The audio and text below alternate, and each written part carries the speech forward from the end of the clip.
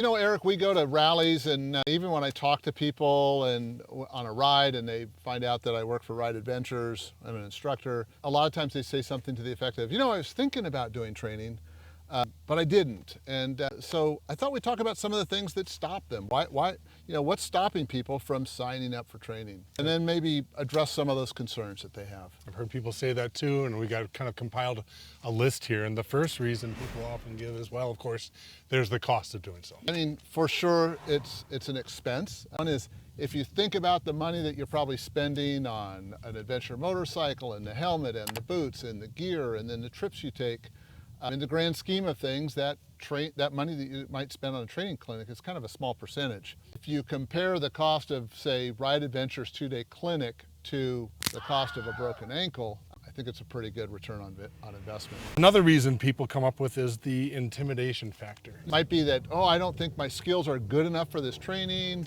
or I'm just embarrassed or scared to be in front of the instructors. Number one, at Ride Adventures, our main training clinic is a 2-day ADV 1 level clinic, so it's for beginners. So if you're a beginner adventure rider, this is the right kind of training for you. The other thing in terms of the instructors, we've hired and trained our instructors to be very empathetic, to understand what it feels like to be an adult and learn a new skill like riding a motorcycle off-road. Being intimidated is normal, but we work really hard to make this a really great, fun, safe learning experience.